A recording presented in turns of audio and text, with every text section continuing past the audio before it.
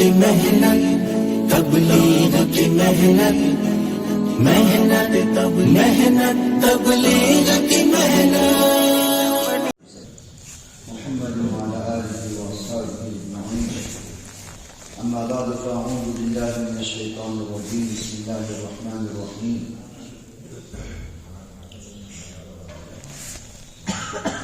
كنتم خير أمة أخرجت للناس تأمرون بالمعروف وتنهون عن المنكر وتؤمنون بالله. وقال الله سبحانه وتعالى والذين جاهدوا فينا لنهدينهم سبلنا وإن الله لمع المحسنين. وقال النبي صلى الله تعالى عليه وسلم ألا كلكم راع وكلكم مسؤول عن رعيته. وقال النبي صلى الله تعالى عليه وسلم لغدوة وروحة في سبيل الله خير من الدنيا ما فيها، اور كما قال صلی اللہ تعالی علیہ وسلم. بھائی جا کر بات سننا، ہماری طرف دیکھتے رہو. بات کہنے والے کا ادب نہیں ہے کہ سر جھکا کر سنو. بات کہنے والے کا ادب یہ ہے جس کی طرف دیکھتے رہو، توجہ سے بات. میرے پیارے بھائی، اللہ تبارک تعالیٰ کا بہت بڑا انعام ہے انسان. جو محنت اللہ پاک پہلے انبیاء کرام علیہ السلام سے لیا کرتے، اس محنت کے لیے اللہ تبارک تعالیٰ نے اس محنت کے کرنے کا موقع اللہ نے ہمیں اپنے فضل و کرم سے عطا فرمایا. اتنی بڑی مہربانی. انبیاء کرام علیہ السلام ہر خوبیوں سے مزین ہو اور ہر خرابی سے پاک. نبیوں کی زندگی بہت اونچی ہوتی ہے. نبی کی زندگی کا کوئی شعبہ ایسا نہیں ہوتا ہے جہاں آدمی انگلی اٹھا سکے. بہت کامل زندگی ہوتی ہے انبیاء کرام علیہ السلام کی زندگی. تو آپ اندازہ لگائیں جس محنت کے لیے اللہ تبارک تعالیٰ پہلے نبیوں کا انتخاب کرتے تھے، اس محنت کرنے کا موقع اللہ نے نیزوں پر عطا فرمایا. ہم سب کون ہیں؟ اللہ کے نبی ارشاد فرماتے ہیں کلکم خطاؤن، تم سب بہت گڑبڑ کرتے. انبیاء کرام کون تھے؟ ساری صفات اور خوبیوں سے مزین. اور ہم سب کون ہیں؟ سارے فساد سے بھرے ہوئے. کون فرما رہے ہیں؟ اللہ کے نبی. کلکم خطاؤن، تم سب گڑبڑ کرنے والے. علماء نے لکھا ہے، دیکھو بہت گہری بات ہے، جا کے بات سننا.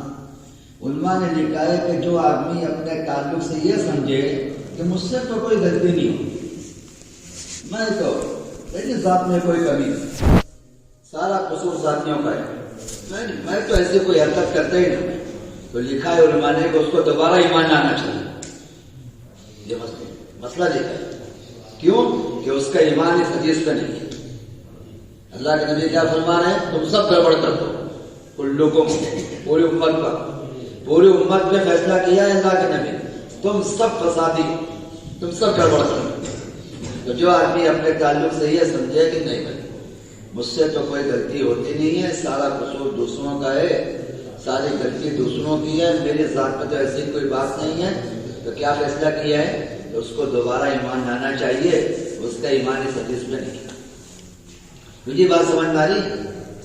میں تو ایک مثال میں کر رہا ہوں پیارے بھائیوں کہ کس محنت کے لیے اللہ تبارک تعالیٰ انبیاء کرام علیہ السلام کو منتخب فرماتے تھے. انبیاء کرام علیہ السلام ہر خوبی سے، ہر خیر سے مزین ہوتے تھے اور ہر خرابی اور گندگی سے بہت بہت محفوظ ہوتے تھے. اس محنت کے کرنے کا موقع اللہ نے ہم جیسے لوگوں کو عطا فرمایا. کیوں بھائی کتنا بڑا انعام ہے. تو جی مگر ہم اس کو نعمت نہیں سمجھتے.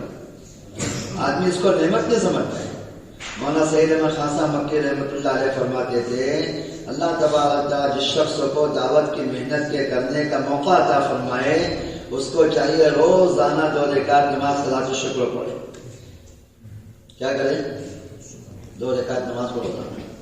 آپ بتاؤ، ہم سب سوچو، بتانے کی ضرورت نہیں، سب سوچو کہ میرے ذات سے اس کا کتنا اہتمام ہے. کیونکہ عام طور پہ لوگ اس کو نعمت نہیں سمجھتے، حالانکہ بہت بڑی نعمت ہے. دیکھو دنیا کے اندر لوگ اپنی جان و مال زندگی چند چیزوں پہ لگاتے ہیں. توجہ سے بات سننا. کچھ لوگ اپنی جان و مال زندگی لگاتے ہیں اپنی ضرورتوں کے پورا کرنے میں، عام مزاج لوگوں کا کہ میں انسان ہوں، انسان ہونے کی وجہ سے بہت ساری ضرورتیں میرے ساتھ لگی ہوئی ہے، لہٰذا مجھے اپنی زندگی اپنی ضرورتوں کے پورا کرنے میں لگانا ہے۔ اچھی طرح بات سمجھنا، جن لوگوں کی زندگیاں صرف ضرورتوں کے پورا کرنے میں لگتی ہے ان کی زندگی تو پوری ہو جاتی ہے لیکن وہ اللہ کے بے قیمت ہو جاتی ہے۔ زندگی تو ضرورت پوری ہو جائے گی، ضرورتیں پوری ہوگی لیکن ان کی کوئی قیمت اللہ تبارک تعالیٰ کے نزدیک نہیں ہوگی۔ جی ہاں، اللہ تبارک تعالیٰ کی مخلوق ہے، اس لیے اللہ ضرورتیں پوری کریں گے لیکن اللہ تبارک تعالیٰ اپنا کوئی وعدہ ان کے حق میں پورا نہیں کرے گا۔ کیوں؟ ان کی زندگی کا مقصود کیا بنا ہوا ہے؟ بولو، ضرورت پوری کرنا۔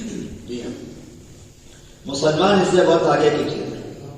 کچھ لوگوں کی زندگی کا مقصود ہوتا ہے صرف خواہشات پوری کرنا، ضرورت سے آگے کی چیز، خواہشات، جی، من چاہی زندگی، پسندیدہ لباس، اپنی طبیعت کا کھانا، اپنی پسند کا ساری دنیا کی چیزیں، جس کو کہتے ہیں خواہشات۔ تو لوگ اپنی جان و مال زندگی کھپاتے کس پر؟ خواہشات پوری کرنے۔ تو جن لوگوں کی زندگیوں کا مقصود خواہشات پوری کرنا ہوتا ہے، اللہ تبارک تعالیٰ ایسے لوگوں کو ہدایت سے محروم کر دیتے، ہدایت نہیں مل سکتی۔ توجہ سے بات سننا میرے دوستوں بزرگوں، اگر کوئی آدمی اپنے تعلق سے یہ فیصلہ کرنا چاہے، سنو اہم بات ہے، کوئی آدمی اپنے تعلق سے یہ فیصلہ کرنا چاہے کہ میں ہدایت پر ہوں یا ضلالت اور گمراہی پر ہوں، میں لوگوں کی ہدایت کے ذریعہ بن سکتا ہوں یا میرے ذریعے امت میں شر اور برائی پھیل رہی ہے، میں امت کی گمراہی اور ضلالت کا ذریعہ بن رہا ہوں، کیسے فیصلہ کرے؟ بہت آسان ہے، یہ دیکھ لو میری زندگی کا مقصود کیا بنا ہوا ہے۔ اگر میری زندگی کا مقصود اپنی خواہشات کا پورا کرنا بنا ہوا ہے تو ہم شر پر ہیں اور شر کے ذریعہ بنے ہوئے ہیں، ہدایت پہ نہیں۔ اللہ تبارک تعالیٰ داؤد علیہ السلام سے فرما رہے ہیں، یا داؤد لا تتبع الہوی فیضلک عن سبیل اللہ، اے داؤد اپنی خواہشات کے پیچھے مت چلنا ورنہ تو گمراہ ہو جائے گا۔ کس کو کہہ رہے ہیں؟ بولو نا، نبی کو کہہ رہے ہیں۔ میں بتا چکا ہوں کہ انبیاء کرام علیہ السلام ہر خیر اور خوبیوں سے مزین ہوتی ہے اور ہر خرابی اور گندگی سے بہت دور ہوتی ہے۔ نبی سے فرما رہے ہیں کہ اپنے خواہشات کے پیچھے مت چلنا ورنہ تو گمراہ ہو جائے گا۔ آپ بتاؤ، جو نبی دنیا کے اندر ہدایت کے لیے بھیجے جاتے ہیں، جب وہ خواہشات پہ چل کر ہدایت پہ باقی نہیں رہ سکتے ہیں تو ہم اپنی خواہشات کو پورا کر کے ہدایت پہ کیسے باقی رہیں گے؟ بولو بھائی۔ تو مسلمان کی زندگی کا مقصود خواہشات پوری کرنا نہیں ہے، مسلمان کی زندگی کا مقصود دنیا میں ترقی کرنا بھی نہیں ہے کہ دنیا میں ترقی کرو، یہ مسلمان کی زندگی کا مقصود نہیں ہے۔ مسلمان کے لیے سب سے بڑی سعادت اور سب سے بڑی نجات اور سب سے بڑی عزت اور سب سے بڑی کامیابی اور سب سے بڑی خیر کی بات یہ ہے کہ مسلمان دنیا میں دین اور حق کا ذریعہ بنے۔ کس کا ذریعہ بنے؟ دین اور حق کا۔ اپنی جان و مال، زندگی، صلاحیت، قوتیں، طاقتیں آدمی اس پر لگا دے میرے ذریعے سے اللہ کا دین زندہ ہو جائے۔ کیا زندہ ہو جائے؟ اللہ کا دین زندہ ہو جائے۔ میرے ذریعے سے لوگ اللہ کی ذات عالی سے جڑ جائیں، میرے ذریعے سے لوگ اللہ تبارک تعالیٰ کے قریب ہو جائیں، اللہ کے اطاعت و بندگی پر آ جائیں۔ داؤد علیہ السلام نے اللہ تبارک تعالیٰ سے پوچھا، دلنی علی عمل یقربنی الیک، اے اللہ مجھے کوئی ایسا عمل بتا دے جس کے ذریعے میں آپ کا سب سے محبوب بندہ بن جاؤں۔ کیا سوال کیا؟ کوئی ایسا عمل بتا دے کہ میں سب سے زیادہ محبوب بندہ بن جاؤں آپ کا۔ ہم بھی ایک دوسرے سے پوچھتے ہیں نا، بزرگوں سے پوچھتے ہیں کوئی نسخہ بتاؤ اللہ کی محبت، اللہ کی معرفت آ جائے، تو لوگ یہ سمجھتے ہیں کہ اللہ تبارک تعالیٰ کی محبت حاصل کرنے کے لیے تنہائی میں بیٹھ جاؤ، خلوتوں میں بیٹھ جاؤ، ہر وقت ذکر و تلاوت میں لگے رہو، مخلوق سے اپنا تعلق ختم کر دو تو اللہ کا قرب ملے گا۔ لوگ یہ سمجھتے ہیں، اور اللہ تبارک تعالیٰ انبیاء کرام علیہ السلام کو سمجھاتے ہیں کہ ہمارا قرب چاہیے تو ہماری مخلوق سے تعلق قائم کرو، ہمارے بندوں سے تعلق قائم کرو، ہمارے بندوں میں جا کر اللہ کی عظمت، اللہ کی بڑائی، اللہ کی صفات، اللہ کی عظمت، اللہ کی قدرت کے تذکرے کر کے، اللہ تبارک تعالیٰ کے وعدوں کی دعوت، وعدوں کے تذکرے کر کے، اللہ کے وعدوں کے تذکرے کر کے مسلمانوں کو اللہ کے نافرمانی اور گناہوں سے نکال کر اللہ کی اطاعت و بندگی میں کھڑا کرو۔ جتنا اس عمل کا اہتمام کرو گے اتنا زیادہ اللہ کا قرب پاؤ گے۔ میرے دوستوں بزرگوں، اچھی طرح بات سمجھنا، خلوتوں میں زندگیاں گزارنے والے، تنہائیوں کے اندر اپنی زندگیاں بتانے والے وہ قرب کو کبھی نہیں پا سکتے ہیں جو قرب اللہ تبارک تعالیٰ دعوت کی محنت کرنے پر دعوت دینے والے کو عطا کرے، کبھی نہیں ملے گا۔ مولانا غیاث صاحب رحمۃ اللہ علیہ فرماتے تھے کہ دعوت سے بڑا اللہ کے قرب کا کوئی عمل نہیں ہے، دعوت سے بڑا اللہ کے مقرب محبوب بننے کا کوئی عمل نہیں ہے۔ علماء نے ایک بات کی، سنو، بہت گہری بات ہے۔ دنیا کے اندر دو مخلوق ایسی ہے جو انتہائی معصوم ہے، جو انتہائی معصوم ہے۔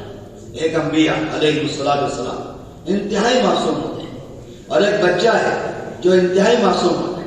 ماں کے پیٹ سے پیدا شدہ بچہ، بولو بھائی اس کے اوپر کوئی گناہ ہوتا ہے؟ بچہ دنیا میں آیا پاک ہوتا ہے، کوئی گناہ اس کے اوپر نہیں ہوتا۔ اس لیے آپ دیکھو جگہ جگہ آپ کو ملے گا، جگہ جگہ آپ کو مثال ملے گی حدیثوں کے اندر کہ فلاں عمل کر لو، آدمی اپنے گناہوں سے ایسے پاک ہو جائے گا جیسے آج اس کی ماں نے جنا۔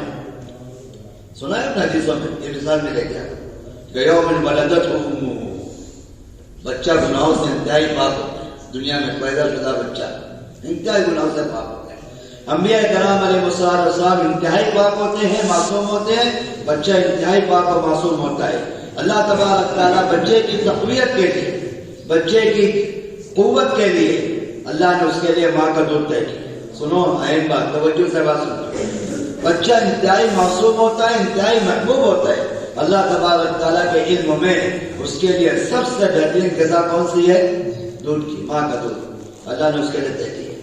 اگر ماں کے دودھ سے بہتر کوئی اور غذا ہوتی بچے کے لیے، اس کی قوت کے لیے، اس کی طاقت کے لیے، اس کی بقا کے لیے، تو اللہ پاک اس غذا کو ضرور متعین فرماتے ہیں۔ کیوں؟ کہ بچہ انتہائی معصوم ہے، اللہ انتہائی رحیم ہے۔ بولو بھائی بچہ کیسا ہے؟ انتہائی معصوم، انتہائی معصوم۔ اس لیے آپ دیکھو اگر کوئی آدمی بچے کے ساتھ زیادتی کرے، لوگ کیا کہتے ہیں؟ ارے کتنا سخت دل آدمی ہے، بچے کو بھی نہیں چھوڑا، بولتے ہیں لوگ جی۔ تو بچہ انتہائی معصوم ہوتا ہے اور اللہ پاک انتہائی رحیم ہے۔ اگر بچے کے حق میں کوئی اور غذا اللہ تبارک تعالیٰ کے علم میں بچے کی قوت کے لیے، بچے کی بقا کے لیے ہوتی، اللہ پاک اس غذا کو ضرور متعین فرماتے۔ انبیاء کرام علیہ السلام انتہائی محبوب ہوتے ہیں اللہ تبارک تعالیٰ کے۔ اگر اللہ تبارک تعالیٰ کے علم میں دعوت سے بڑا کوئی عمل ہوتا اپنے یہاں مقرب و محبوب بننے کا، اللہ پاک کو عمل نبیوں کو ضرور دیتے۔ کچھ یہ بات سمجھ آ رہی ہے؟ لیکن اللہ تبارک تعالیٰ کے علم میں دعوت سے بڑا کوئی عمل نہیں ہے اپنے یہاں مقرب اور محبوب بننے کا۔ کیا دلیل ہے؟ کہ اللہ نے نبیوں کو دعوت سے بڑا کوئی عمل نہیں کیا۔ میرے پیارے بھائیوں، ایسی محنت اللہ تبارک تعالیٰ ہم سب کو عطا فرمائے۔ اس لیے دل سے کہو الحمدللہ، ہاں الحمدللہ۔ دنیا کی کوئی نعمت اس کا مقابلہ نہیں کر سکتی، دنیا کی کوئی محنت، کوئی نعمت اس محنت کی عظمت اور اس محنت کے برتری کا مقابلہ نہیں کر سکتے۔ سنو، سومت بیدار کرو ان کو، توجہ سے بات سنو، کوئی محنت اس کا مقابلہ نہیں کر سکتی۔ میں نے ایک بات عرض کی ہے پیارے بھائیوں، لوگ اپنی جان و مال زندگی کھپاتے ہیں کس پر؟ اپنے ضرورتوں پر، بے قیمت ہو کے اللہ کے راستے۔ جو لوگ اپنی جان و مال زندگی کھپاتے ہیں خواہشات پر، ہدایت الحق سے محروم ہو گئے۔ لوگ اپنی جان و مال زندگی کھپاتے ہیں دنیا میں آگے بڑھنے پر، دنیا میں ترقی کرنے پر۔ جن لوگوں کی زندگی کا مقصود دنیا بن جاتا ہے، اللہ تبارک تعالیٰ ان کو 4 فتنوں میں مبتلا کرتے ہیں۔ کتنے فتنوں میں؟ توجہ سے بات سننا، 4 فتنوں میں۔ سب سے پہلی بات یہ ہے کہ دنیا میں جتنا ترقی کرتے جاتے ہیں اللہ کی ذات عالی سے اتنا دور ہوتے چلے جاتے ہیں۔ ہمیشہ یاد رکھنا، اللہ کا قرب اور دنیا کی ترقی ایک ساتھ کبھی جمع نہیں ہوتی۔ اللہ کا قرب اور دنیا کی ترقی ایک ساتھ کبھی جمع نہیں ہوتی۔ اگر دنیا میں ترقی کر رہے ہو اچھی طرح سمجھ لیجیے کہ ہم اللہ کی محبت سے محروم ہوتے جا رہے ہیں، کیونکہ دنیا اللہ کے یہاں سب سے زیادہ محفوظ ہے۔ دنیا اللہ کے یہاں سب سے زیادہ محفوظ ہے۔ ان کی زندگی کا مقصود دنیا میں ترقی کرنا بنتا ہے اور اللہ تبارک تعالیٰ کی محبت کبھی نہیں بن سکتی۔ یہ 2 چیزیں ضد ہے، ضد جمع نہیں ہو سکتی۔ 4 فتنوں میں اللہ مبتلا کرتے ہیں۔ پہلا فتنہ کہ اللہ کی ذات عالی سے دور ہو جائے۔ جتنا دنیا میں ترقی ہو رہی ہے، دنیا کا تعیش اور عیش راحت مل رہا ہے، اتنا اللہ کے قرب سے محرومی ہوتی ہے۔ دوسرا فتنہ یہ ہوتا ہے جن کی زندگیوں کا مقصود دنیا بن جاتی ہے، اللہ تبارک تعالیٰ دنیا کے اندر جتنی سہولت ہوگی آخرت میں اللہ کی جانب سے ان کے لیے اتنی مشقت ہوگی۔ سن لو، دھوکے میں مت پڑنا، فلاں کا بنگلہ بہت اچھا ہے، فلاں کی گاڑی بہت عمدہ ہے، فلاں کا موبائل بہت اچھا ہے، فلاں کی تنخواہ بہت اونچی ہے۔ فتنے میں مت پڑنا کہ دنیا میں جتنی سہولت ہے آخرت میں اتنی دگنی مشقت ہے۔ بہت سہولت ہے دنیا میں اور آخرت میں بہت مشقت ہے۔ اس لیے نبی کریم صلی اللہ علیہ وسلم نے اپنی امت کے حق میں دنیا کی سہولت کو اور آخرت کی نعمت کو جمع نہیں کیا۔ کیا نہیں جمع کیا؟ دنیا کی سہولت اور آخرت کی نعمت جمع نہیں کیا۔ ایک چیز ملے گی، اگر دنیا کے اندر راحت چاہتے ہو تو آخرت کی نعمتیں نہیں ملے گی، اور اگر آخرت کی نعمت چاہتے ہو تو دنیا کی زندگی میں صبر کرو۔ یہ آپ نے فیصلہ کیا، دونوں کو جمع نہیں کیا۔ اور فاطمہ تشریف لائی نبی کریم صلی اللہ علیہ وسلم کے پاس۔ کیسے آنا ہوا کہ اللہ کے نبی بڑی دشواریوں میں چل رہے ہیں، بڑی تکلیف میں زندگی گزر رہی ہے، سنا ہے آپ کے پاس بکریاں آئی ہوئی ہے، ہمیں کچھ بکریاں دے دیں، اس کے دودھ سے نفع اٹھائیں گے، اس کے دودھ سے نفع اٹھائیں گے، بیچ کر اس کی قیمت سے فائدہ اٹھائیں گے، کچھ بکریاں دے دیں۔ تو آپ نے فرمایا کہ بیٹی فاطمہ دیکھو، ابھی جبریل علیہ السلام میرے پاس آئے اور مجھے 5 کلمات سکھا کر گئے۔ کتنے کلمات؟ 5 کلمات سکھا کر گئے ہیں۔ جو مسلمان ان کلمات کو اپنی دعاؤں کے شروع میں پڑھ دے گا اللہ پاک اس کی ساری دعائیں قبول فرما لیں گے۔ اب تو بتا 5 بکرے چاہیے کہ 5 کلمات چاہیے؟ یہ نہیں کہا کہ بیٹی دونوں لے جائے۔ سنو تو صحیح، دھوکہ لگا ہے کام کرنے والوں، دھوکہ لگا کام کرنے والوں کو۔ یہ چاہتے ہیں کہ آخرت کے مزے بھی ملے اور یہ چاہتے ہیں دنیا میں عیش و عشرت بھی ملے، دھوکہ لگا ہے۔ اور سنو، شیطان کیسے پٹی پڑائے ہوئے، شیطان یہ سمجھاتا ہے کہ ہم دنیا اس لیے کما رہے ہیں کہ دین پہ لگائیں گے، بیرون جائیں گے۔ یہ دھوکہ شیطان۔ کہاں جائیں گے بولو؟ بیرون جائیں گے، انہیں برازیل جاؤں گا، کھلے خرچوں میں جاؤں گا، اس لیے دنیا کما رہا ہوں۔ جب دنیا آئے گی تو دین رخصت ہو جائے گا، جب دنیا آئے گی تو دین رخصت ہے۔ بولو بھائی، 2 سوکھن ایک ساتھ رہتی ہے؟ 2 سوکھن ایک ساتھ رہتی ہے کہ کبھی نہیں رہتی؟ ایسے دنیا آخرت ایک ساتھ نہیں رہتی۔ جی ہاں، اللہ کے نبی نے فرمایا کہ بیٹی ایک چیز اختیار کر، اگر 5 بکریاں چاہیے تو 5 کلمات نہیں ملے گی، اور اگر 5 کلمات چاہیے تو 5 بکرے نہیں ملے گی۔ ایک چیز چاہیے، دنیا میں لینا ہو تو آخرت میں نہیں ملے گا، اور اگر آخرت میں چاہیے تو دنیا میں صبر کرنا پڑے گا۔ جی ہاں، تو صحابہ کی عقل مندی ہے، صحابہ کی عقل مندی ہے کہ صحابہ قیامت تک آنے والے مسلمانوں کے لیے عموماً اور کام کرنے والوں کے لیے خصوصاً رہنما اور رہبر ہے۔ صحابہ کو اللہ جزائے خیر عطا فرمائے، صحابہ کو اللہ جزائے خیر عطا فرمائے۔ اپنی محنت اور مجاہدے کی بنیاد پر ایک چیز ہمارے لیے طے کر دی، ہماری عقل پہ نہیں چھوڑا، اور ہم تو پتہ نہیں کیا اختیار کرتے۔ صحابہ نے اپنے محنت و مجاہدے کی بنیاد پر طے کر لیا کہ دنیا کی تکلیف پہ صبر کر لینا، آخرت کی نعمتوں کو سودا مت کر دو، دنیا کی تکلیف پر صبر کر لینا۔ جی ہاں، صبر کر لینا۔ اور فاطمہ نے کہا کہ اللہ کے نبی مجھے بکریاں نہیں چاہیے، آپ تو مجھے 5 کلمات سکھا، مجھے نہیں چاہیے بکری۔ میں نے ایک بات عرض کی ہے سمجھنے کے لیے، لوگ یہ چاہتے ہیں کہ ہاں آخرت کی نعمت بھی چاہیے اور دنیا کی سہولت بھی چاہیے، یہ جمع نہیں ہوگا۔ تو جن کی زندگیوں کا مقصود دنیا میں ترقی کرنا ہوتا ہے، یہ دنیا میں ترقی کر کے جتنی سہولتیں پاتے ہیں آخرت میں اتنی مشقت ملنے والی۔ بولو بھائی، تو دنیا کی سہولت تو بہت وقتی ہے اور آخرت کی مشقتیں بہت دائمی ہیں۔ تو کون سی عقل مندی کی بات ہے؟ عارضی سہولت اور راحت لے کر، عارضی سہولت اور راحت لے کر ہمیشہ کی تکلیف میں مبتلا ہو گئے، یہ کوئی عقل مندی کی بات ہے؟ عارضی سہولتیں ختم ہونے والی اور مشقتیں کیسے ملی؟ دائم، کبھی نہ ختم ہو۔ تو کون سی عقل مندی کی بات ہے؟ عقل مندی کی بات یہ پیارے بھائیوں کہ تھوڑی سی مشقت برداشت کر لیں، ہمیشہ کی نعمتیں حاصل کر لیں۔ بولو بھائی، بات سمجھ میں آئی؟ میں نے بات عرض کی ہے پیارے بھائیوں کہ مسلمان کی زندگی، اس کی جان و مال کا مقصود دنیا نہیں ہے،